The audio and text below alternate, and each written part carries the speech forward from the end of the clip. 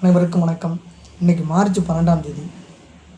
ஆளுமை வளர்ச்சி ஆசான் Earl Nightingale, Nightingale, Earl Nightingale ஆளுமை வளர்ச்சி ஆசான். அவருடைய பிறந்த தினம் இன்று புதன்கிழமை மார்ச் 12. சிறந்த பேச்சாளர் மற்றும் எழுத்தாளராகவும் இவர் இருந்திருக்கிறார். அமெரிக்காவில் உள்ள லாஸ் ஏஞ்சல்ஸ் நகரில் 1921ஆம் ஆண்டு பிறந்தவர். சிறு வயதில் தந்தை கைவிட்டதால் சொந்த ஊரிலிருந்து வெளியேற நேர்ந்தது. தையல் வேலை பார்த்து தன் 3 குழந்தைகளை தாய் வளர்த்தார். அந்த ஊர்லேயும் இந்த மாதிரி நடந்திருக்குது. 1920களில் இன்றைக்கும் நடந்துக்கிட்டு இருக்கு. சிறுவனாக இருந்த இவர் ஏழ்மை குறித்து சிந்தித்தார்.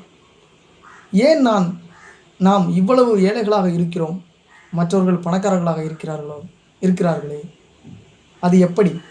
இந்த கேள்விகள் அடுக்கடுக்காக எழுந்தன. கலிபோர்னியாவில் உள்ள லாங் பீச் பொது நூலகத்தில் தனது கேள்விகளுக்கான விடையை தேடினார். 17 வயதாக இருந்தபொழுது அமெரிக்க கடற்படையில் சேர்ந்தார். பேர்ல் ஹார்பர் தாக்குதலின் போது உயிர் தப்பிய 12 பேரில் இவரும் ஒருவர். போர் முடிந்த பிறகு வானொலியில் வேலை பார்க்க தொடங்கினார். இவரது சேஞ்சிங் வேர்ல்டு நிகழ்ச்சி மிகச்சிறந்த நிகழ்ச்சியாக போற்றப்பட்டது.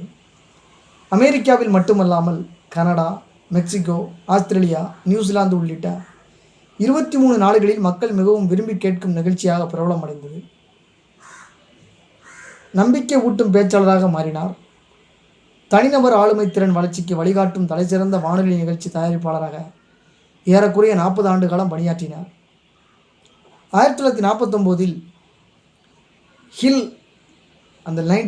ஏர்ல் நைட்டிங்கேல் எழுதிய திங்க் அண்டு குரோ ரிச் புத்தகத்தை படிக்க நேர்ந்தது. அதை வேற ஒருத்தர் எழுதியிருக்கிறார்.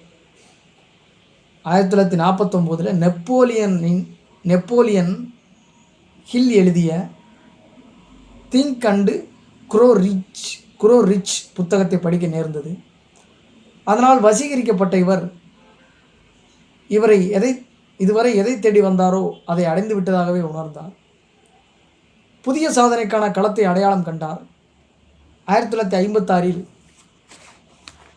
தி ஸ்ட்ரேஞ்சஸ்ட் சீக்ரெட் என்ற முழு ஒலித்தடத்தை உருவாக்கினார். திங்க் அண்டு குரோ ரிச் மற்றும் the essence of immortal book 5 Napoleon hill